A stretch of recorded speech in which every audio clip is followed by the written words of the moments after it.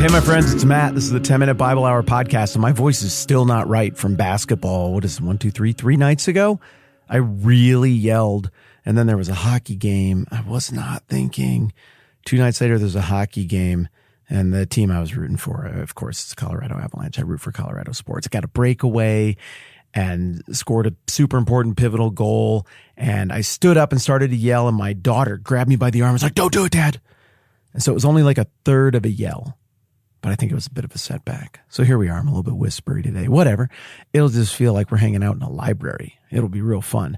I think at some point in our history, you and I have talked about the enormously forgettable movie Hancock and Will Smith in it. And what's her name? The blonde, Charlize Theron. And it's not a good show. It's weird. The pacing is bizarre. In fact, the bizarre pacing is probably the most memorable thing about Hancock, because you start watching the thing and you get partway through and you think, okay, well, that was a movie. It had a beginning, a middle, and an end. It wasn't great, but whatever, at least it's over. And then a second movie happens with a different plot. It breaks all the rules of storytelling and structure, and it's terribly disorienting.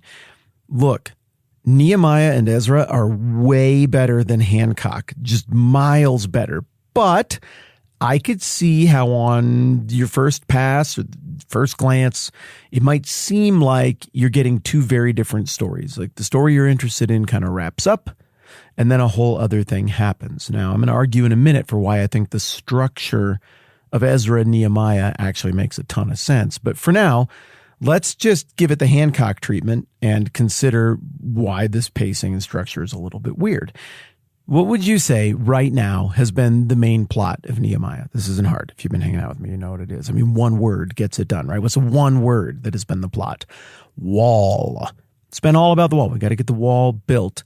There's been some undercurrents and subtext and drama and things like that, but the wall is the point. That's the plot. There isn't a wall. Somebody decides there's going to be a wall. It's really hard to make a wall. Eventually, against all odds, they make a wall.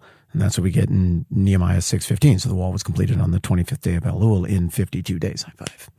So then I think it would feel natural to simply wrap up the book right here. Call it quits. We don't really need a chapter 7. I guess we understand how things worked out. The plot was there needs to be a wall, and now there's a wall. But then you turn the page and you go, what the heck?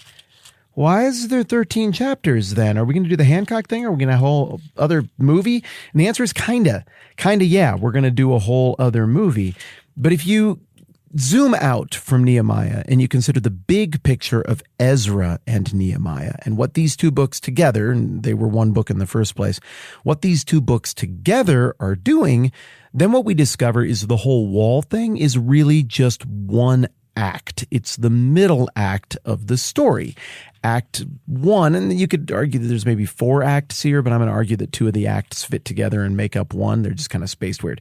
Act 1 of Ezra and Nehemiah is all about the rebuilding of the temple in general. Zerubbabel and all of that business. We're going all the way back in time to the reign of Cyrus in the 530s BC. We're talking about stuff that happened during the reign of Darius, the first big-time successor to Cyrus in the 5 teens BC.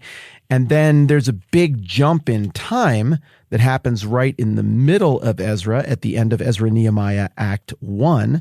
And that occurs between chapters 6 and chapter 7. Can you hear my voice bailing out?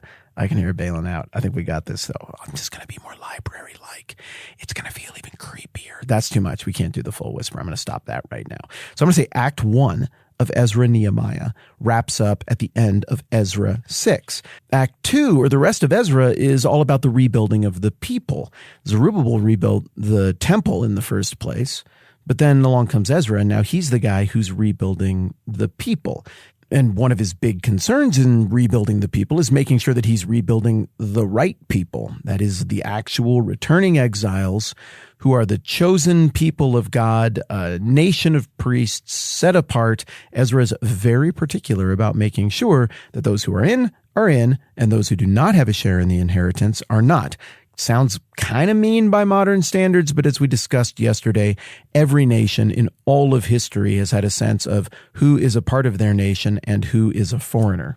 In the second half of Ezra, one of the big challenges is that the returning exiles have moved back to Jerusalem. They have a temple now and everything, but they went right back to doing what got them in trouble in the first place. They're marrying all of their neighbors, which mingles the question of citizenship, who has an inheritance of what are the cultural and religious expectations, and as a result, they got real fat and real soft, and they made entangling alliances with each other through marriage that tie up money and even potential military and violence and governmental alliances. And also, they're mingling cultures. So they're starting to make the same mistake, which is their key mistake through the entire Old Testament, that being idolatry. They're heading down that path again. And Ezra is so upset that he starts yanking out his hair and doing public displays of outrage over it. And he's like, wow, how could you screw this up again? What are you doing? And to their credit, most of the people repent and they take drastic steps as a people to try to unmake the mistakes that they have made. Then we get to the end of Ezra and we just sort of put a pin in that narrative about who are the chosen people of God, who are the citizens, who has a part in this inheritance and who does not. But as we conclude Ezra, there might still be questions about why does that even matter? Why are we being so picky? Again, we got a pin in that. Well, then we turn to what is Act 2B, because Act 2A is kind of suspended and it's going to get resolved in Act 3.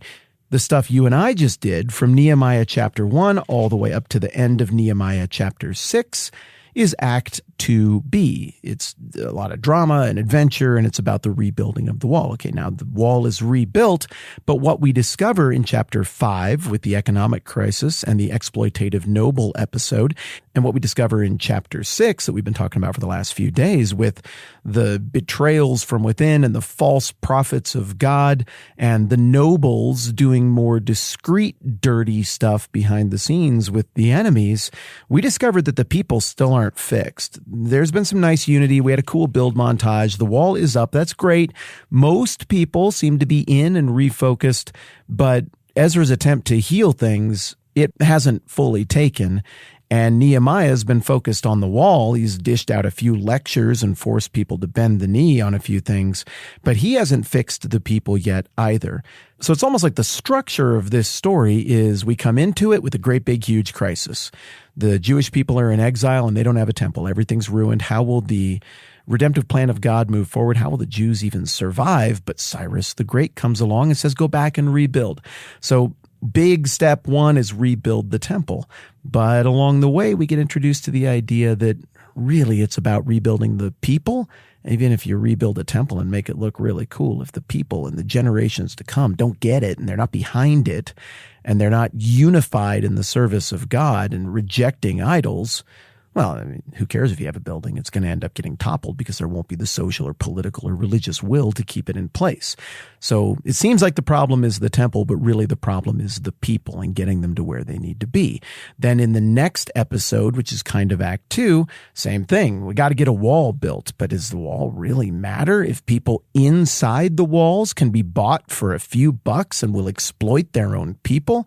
If you don't stand back to back with each other, if you don't have a sense of unity or cultural and religious clarity and direction together, a sense of the narrative, does the wall really even matter? Somebody inside will just throw open the gates like Ephialtes did for the Persians when they attacked the Spartans at the Battle of Thermopylae. No, the problem still isn't fixed because the people are still broken. And that is why the book of Ezra and Nehemiah is not like the horrific film Hancock, but instead is more like a multi-layered novel where you have one big underlying problem and the whole story is tracking that big underlying problem that really is a heart problem. It's a character problem.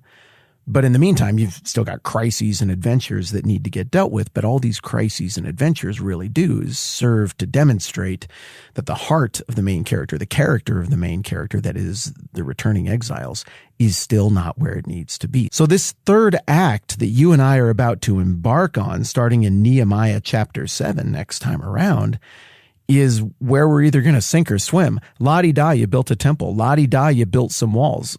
That's great. Anybody can do that. Can you keep it? I can never remember exactly how it goes, but doesn't Benjamin Franklin have some kind of quote like that as he was getting old and he says to the next generation, here's your republic if you can keep it. And that's the question here. Can the returning exiles keep it? How do you fix what is still wrong with a damaged people who are on a razor's edge? They fall one way and maybe they will keep it. They fall the other way and they'll make the same mistakes they've made in the past. So what needs to happen now is the people need to become reacquainted with who they are. They need to become reacquainted with the character of their God. And if they are to achieve that, they're going to have to do so by revisiting the law. That is the whole story of God and all the things that he's revealed about his plans for this unique set apart people. And they're going to have to bend the knee to that, and not like the nobles bent the knee to Nehemiah in chapter 5, where they're like, oh yeah, sorry, we'll give back the money and everything that we exploited people out of. But then they go right back to weaseling in a new way. No, they're going to have to mean it and actually bend the knee to actual God. Can they do that? And can they do that without spiraling into an overreaction religious fundamentalism that causes them to make fresh new mistakes in the opposite direction? There's a lot at stake in this final act of Nehemiah, and that's why if Ezra and Nehemiah wrapped up at the end of chapter 6, it really would be an incomplete story, and it would fail to set the ball on the tee. It would fail to set us up to understand the world into which Jesus was born when we get over to the New Testament. This home stretch is going to be fun, it's going to be interesting, and it's going to have so much connective tissue with what we did back in Matthew and with all of the New Testament stuff that we're going to get into in our next season, which is on the book of Galatians. Ha-ha! I made it. I still have a voice, mostly. More saltwater gargling. I'm Matt. This is the 10-Minute Bible Hour podcast. Let's do this again soon.